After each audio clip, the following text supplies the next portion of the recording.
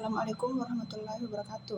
Perkenalkan, nama saya Umuhani Abdillah dari kelompok 12. Di sini saya akan menjelaskan tentang kurikulum bahasa Indonesia di SD atau MI untuk kelas rendah. Adapun yang pertama yaitu bagaimana implementasi kurikulum merdeka pada pembelajaran bahasa Indonesia di SD atau MI di kelas rendah. Pembelajaran bahasa Indonesia identik dengan penguasaan 4 keterampilan berbahasa yang melekat pada semua materi ajarnya.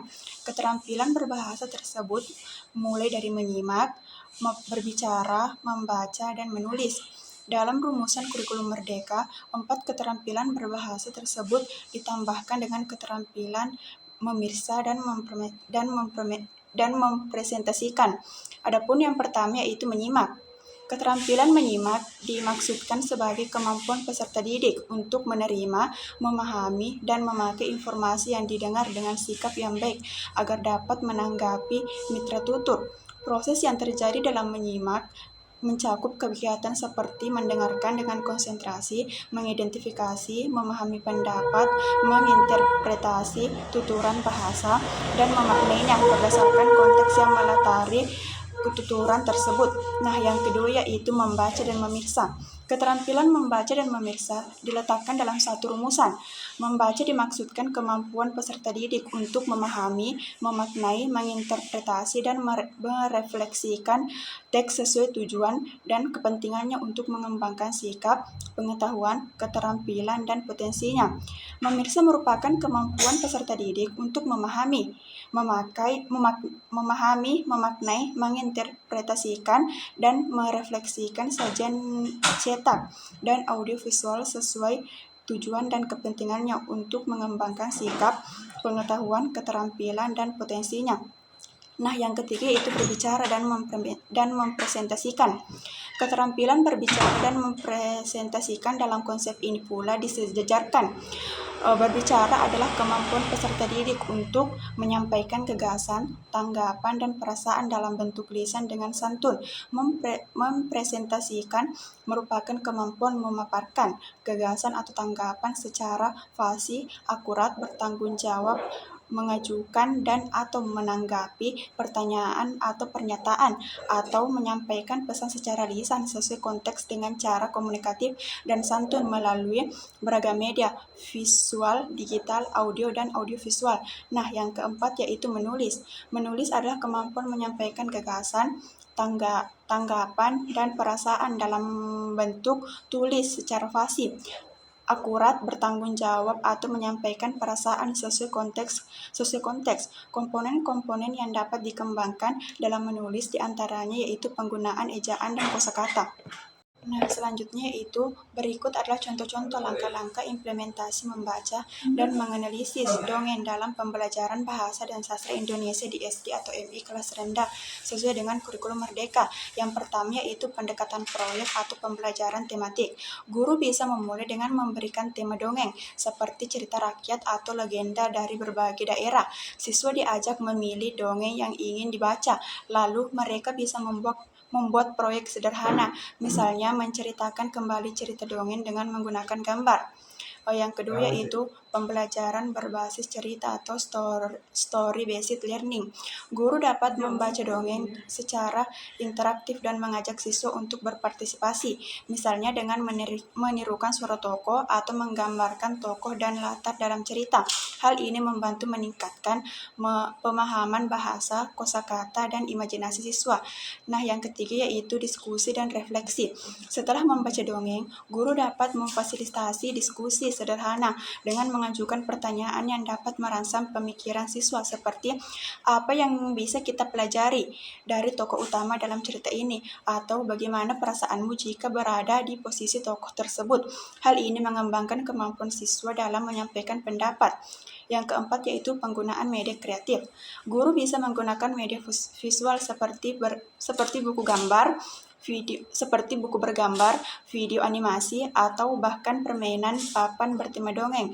Media visual ini membuat pembelajaran menjadi lebih hidup dan membantu siswa yang masih dalam tahap awal membaca untuk lebih mudah memahami cerita. Nah, yang terakhir yaitu pengembangan keterampilan bercerita. Setelah siswa memahami cerita, mereka bisa diminta untuk menceritakan ulang dengan menggunakan bahasa mereka sendiri. Kegiatan bercerita ini membantu mereka mengasah keterampilan berbicara dan meningkatkan kepercayaan diri. Akan melanjutkan tentang peran kurikulum Merdeka Bahasa Indonesia dalam meningkatkan kemampuan siswa SD atau MI kelas rendah. Nah, sebelumnya perlu kita ketahui, kurikulum Merdeka tidak membantu pembelajaran di sekolah dan di luar sekolah, tetapi lebih mengedepankan kreativitas guru dan siswa. Kurikulum yang digunakan selama ini menunjukkan bahwa siswa harus mendapatkan nilai tertinggi dan setiap pelajaran yang diajarkan di sekolah, sedangkan setiap siswa memiliki keahlian masing-masing di bidangnya. Adanya kurikulum Merdeka memiliki peran untuk menata kembali sistem pendidikan nasional Indonesia untuk merespon perubahan dan kemajuan tanah air serta beradaptasi dengan perubahan zaman, khususnya pembelajaran bahasa Indonesia. Nah, menurut kami, kurikulum Merdeka dalam pembelajaran bahasa Indonesia di SD atau MI kelas rendah membantu siswa mengembangkan keterampilan dasar berbahasa seperti mendengarkan, berbicara, membaca, dan menulis. Nah, dengan kurikulum ini, guru memiliki kebebasan untuk menyesuaikan cara mengajar dan materi yang sesuai dengan kebutuhan serta minat siswa. Nah, siswa juga diajarkan melalui kegiatan yang menyenangkan seperti bercerita, berdiskusi, dan membaca bersama. Nah, cara belajar ini membuat siswa lebih mudah memahami bahasa dan merasa lebih tertarik untuk belajar. Nah, selain itu, kurikulum Merdeka juga mengajak siswa berpikir kritis dan kreatif melalui kegiatan yang dekat dengan kehidupan sehari. Siswa tidak hanya kata dan kalimat, tetapi juga bagaimana cara mengungkapkan pikiran mereka dengan baik. Ada nomor C, yaitu hambatan dalam pelaksanaan kurikulum bahasa Indonesia di Indonesia. Nah, dalam proses kurikulum Merdeka di SD atau MI memiliki hambatan dalam terutama saat penerapan di kelas rendah. Nah, hal ini tersebut terjadi karena sebelum siapa agak kenapa?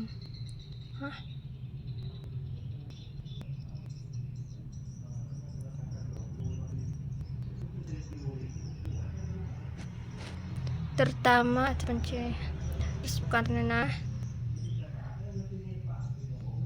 karena kebelumsiapan tenaga pendidik serta pendidik untuk beradaptasi dengan kurikulum Merdeka. Namun tidak dipungkiri juga banyak dampak positif yang bisa dilihat dari pengembangan kurikulum Merdeka kelas rendah.